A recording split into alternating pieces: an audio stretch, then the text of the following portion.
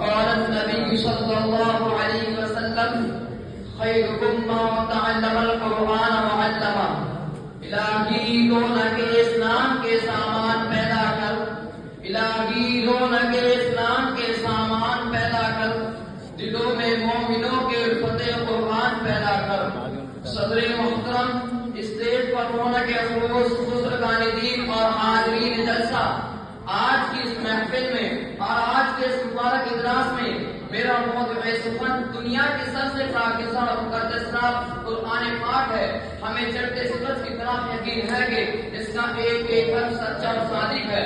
وہ قرآن پاک جس کی زبان مقدس، بیان مقدس اور فصاحت و بلاغت کا حاکم کا سمندر ہے، جس کے متعلق ارشاد ربانی ہے. قرآن وہ کتاب ہے جس کے صادق اور برحق ہونے میں کوئی شک و شبہ نہیں، اور جس کے بارے میں محسن انسانیت حضور پاک صلی اللہ علیہ وسلم نے یہ ارشاد فرمایا کہ تم میں سب سے بہتر وہ شخص ہے جو قرآن کو سیکھے اور سکھائے. دعا کیجیے کہ خدا بند قدوس ہم سب کو قرآن پاک کی دولت سے مالا مال فرمائے، آمین. نوجوان دوستو، قرآن پاک رب الجلال کی طرف سے عطا کردہ و حسین تحفہ ہے کہ جس نے 23 برس قلیل مدت میں پورے عالم میں کوئی انقلاب برپا کر دیا کہ بڑے سے بڑے فصحا، کتابہ اور شعراء حیران و ششدر رہ گئے، جس کی آیتوں کو سن کر پتھر دل موم ہو گئے. دوستو، یہی وہ قرآن ہے جو رہتی دنیا تک کے انسانوں کے لیے سراپا حجاب و رحمت ہے. یہی وہ قرآن ہے جس نے رسول کی رسالت کا احساس بخشا.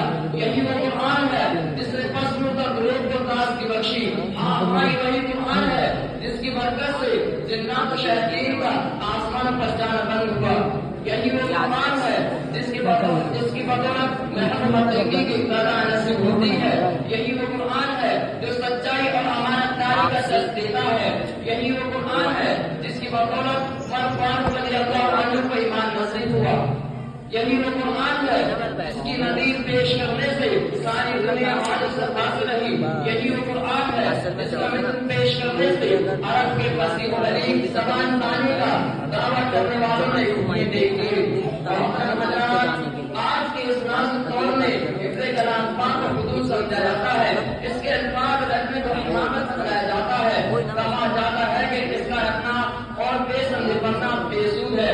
افسوس اور افسوس اس قرآن پاک کے بارے میں ہمارا ایک بیان جس کے بارے میں شہنشاہ جناب محمد رسول اللہ صلی اللہ علیہ وسلم نے ارشاد فرمایا تھے، اقرأ وارتقِ ورتل کما قرأت ورتل فی الدنیا وَإِنَّ مَنْزِلَكَ عِنْدَ آخِرِ آیَةٍ تَقْرَؤُهَا.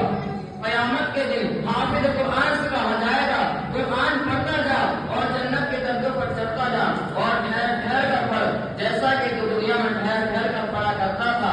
بس تیرا مقام اور ٹھکانہ وہی ہے جہاں آخر آیت پر پہنچے. یاد رکھو، یہ قرآن دنیا کی سب سے بڑی نعمت ہے. یہ زمین و آسمان، چاند و سورج ستارے کوئی اس نعمت کا مقابلہ نہیں کر سکتے. یہ قرآن کرنے کائنات کا مقدس اور عظیم کلام ہے، اور کیوں نہ ہو جبکہ اس کا ماننے والا امین جس کے ذریعے ہوتا ہے کہ وہ بھی امین، جس بات پر نازل ہوا وہ بھی امین، جس مقام پر نازل ہوا وہ بھی امین، جس مہینے میں نازل ہوا وہ تمام مہینوں کے افضل اور جس ماہ میں نازل ہوا وہ 1000 مہینوں سے بہتر ہے.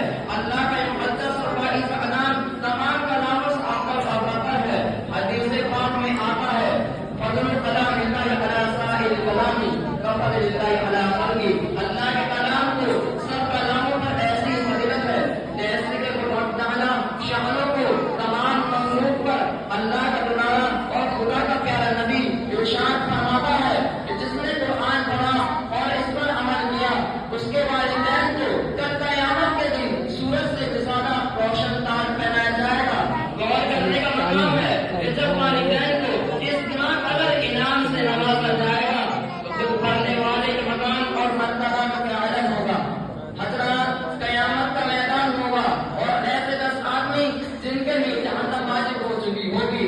حافظ قرآن اپنے رب کی بارگاہ میں سفارش کرے گا، پروردگار عالم اس کی سفارش قبول کرے گا اور ان کو اس حافظ قرآن کی برکت سے نجات عطا ہوگی. خدا نخواستہ آج ہم نے اپنے بچوں کو وہ پیسے کے لالچ میں دین سے اگر اصول بنیادوں کے بجائے دنیا میں ڈگریوں پر رہی تو یاد رکھے خدا کے ہاں جواب دینا ہوگا.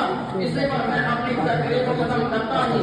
دعا کیجیے کہ اللہ تعالیٰ تمام مسلمانوں کو قرآن سیکھنے سکھانے اور اس پر عمل کرنے کی توفیق نصیب فرمائے. آمین. وما علینا الا البلاغ. ماشاء اللہ. بس اللہ تعالیٰ اس بچے کو اور